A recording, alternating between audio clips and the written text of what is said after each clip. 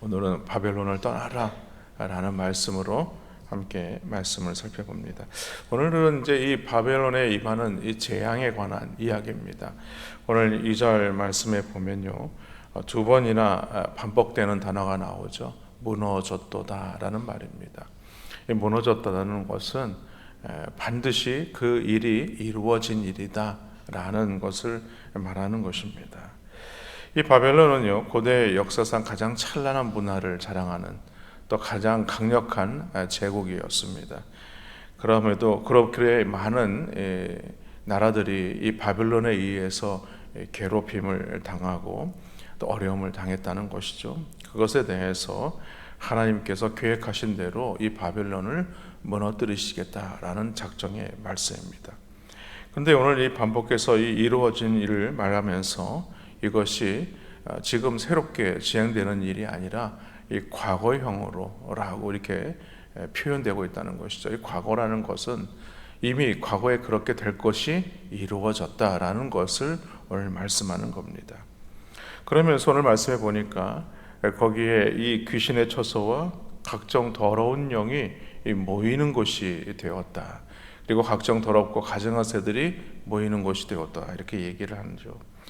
결국에는 겉으로 보면은 이 바벨론은 화려하고 아름답게 보일지 모르겠지만 영적으로 보면 그 상황들이 더러운 영이 모이는 것이고 더럽고 가증한 새들이 모이는 것이 되었다라고 지금 말하고 있는 것입니다.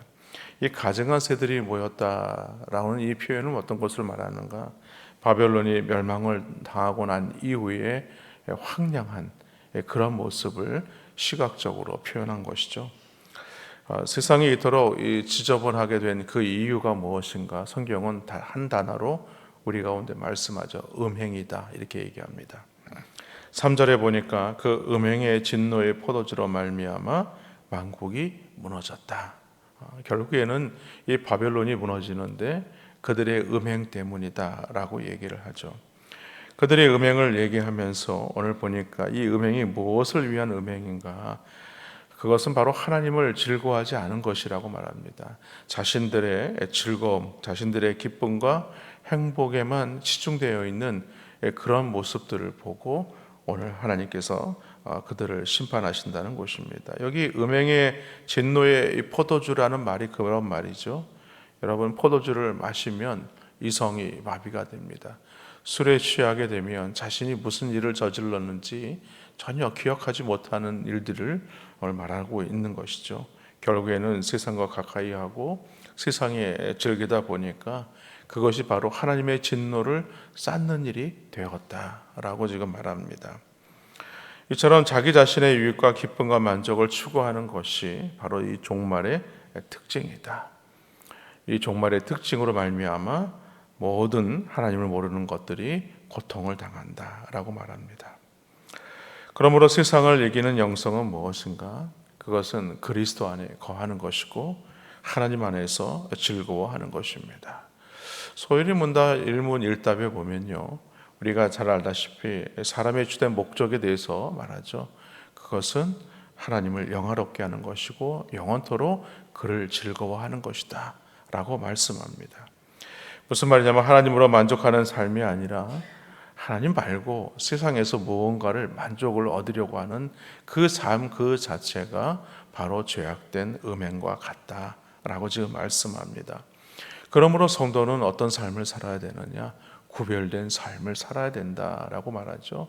오늘 4절과 5절 말씀에 보면 이런 말씀이 있죠. 또 내가 들으니 하늘로부터 다른 음성이 나서 이르되 내 백성아 거기서 나와 그의 죄에 참여하지 말고 그가 받을 재앙들을 받지 말라.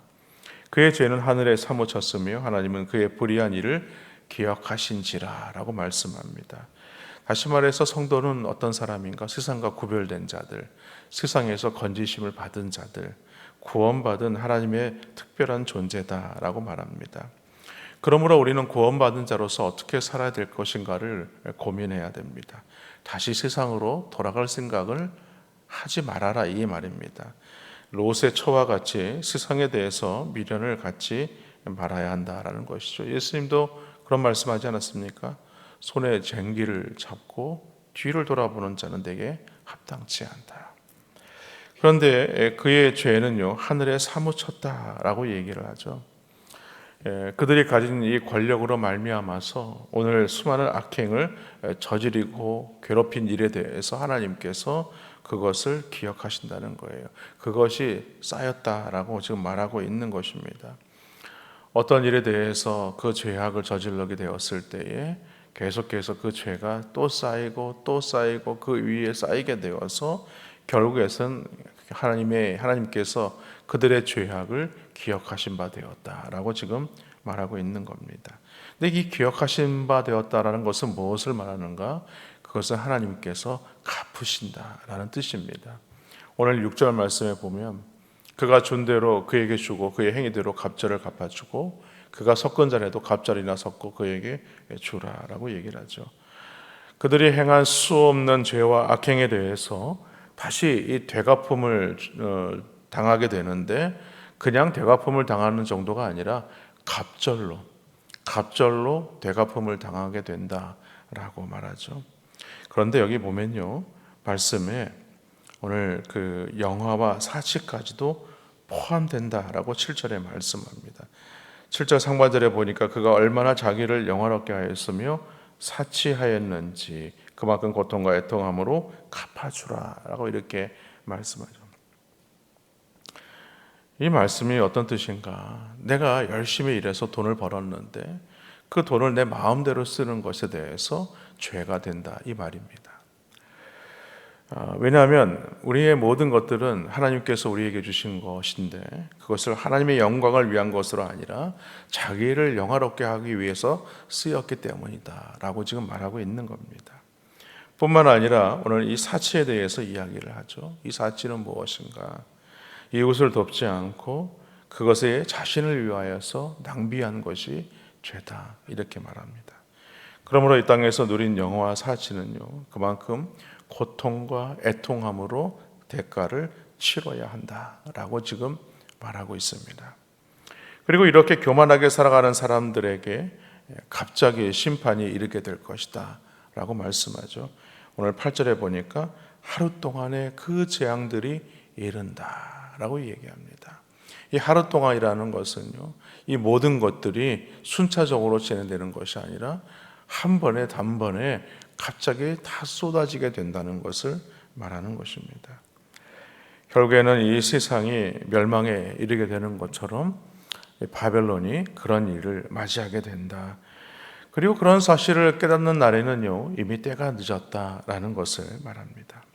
오늘 4절 말씀에 보면 거기서 나오라라는 말씀이 있습니다. 내 백성아 거기서 나와라. 이 말이 무엇일까 고민해 봅니다.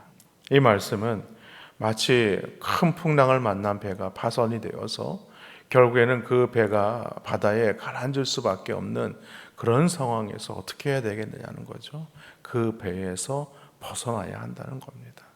그 배에서 벗어나야 그 재앙에서 우리가 벗어날 수 있게 된다라는 것이죠. 다시 말해서 바벨론이 행하는 이런 우상 숭배나 음행이나 이 교만과 같은 것에서 벗어나라는 하나님의 경고의 말씀이라는 것이죠. 이 말씀이 로마서 12장 2절 말씀과 유사하게 말씀이 전거되어지는 말씀이죠. 그 말씀에 보면 이렇게 말씀합니다. 너희는 이 세대를 본받지 말고 오직 마음을 새롭게 함으로 변화를 받아 하나님의 선하시고 기뻐하시고 온전하신 뜻이 무엇인지 분별하라. 이렇게 말씀합니다. 그러므로 우리는 하나님의 뜻이 무엇인지 알아야 됩니다. 그리고 이 악한 시대 정신을 따르지 말아야 되죠. 악한 시대 정신을 따르지 말고 이 죄에 물들지 않는 삶을 살아야 합니다. 특히 성도들은요, 이 큰 성 바벨론의 특징이 나타나는 곳들로부터 자신을 분리시키는 작업, 구별을 하는 작업, 그것이 바로 성도의 거룩한 모습입니다.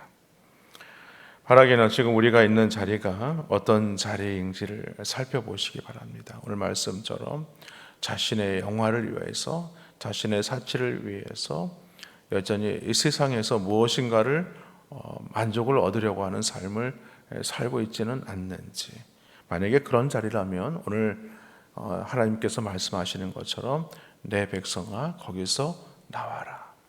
거기서 즉시 하나님의 말씀을 듣고 그 자리를 떠나시는 은혜가 있기를 주님의 이름으로 간절히 축원합니다.